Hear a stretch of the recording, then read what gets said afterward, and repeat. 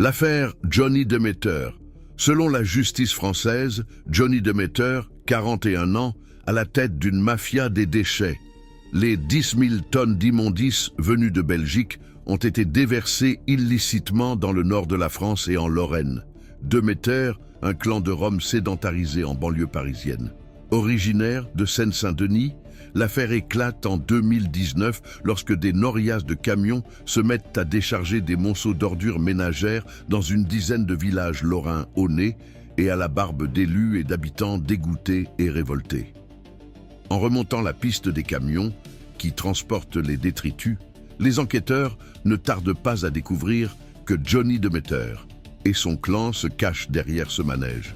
Filature, balisage des voitures, surveillance vidéo par drone et même par hélicoptère. Au fil des écoutes, la juge et Éric Stéphane, son directeur d'enquête, s'immergent dans un univers à part, une sorte de monde parallèle n'obéissant qu'à ses propres règles, s'affranchissant de toutes les lois en vigueur. Johnny Demeter, 37 ans, alias Yoshka ou Sheikh Saïd, est un personnage haut en couleur.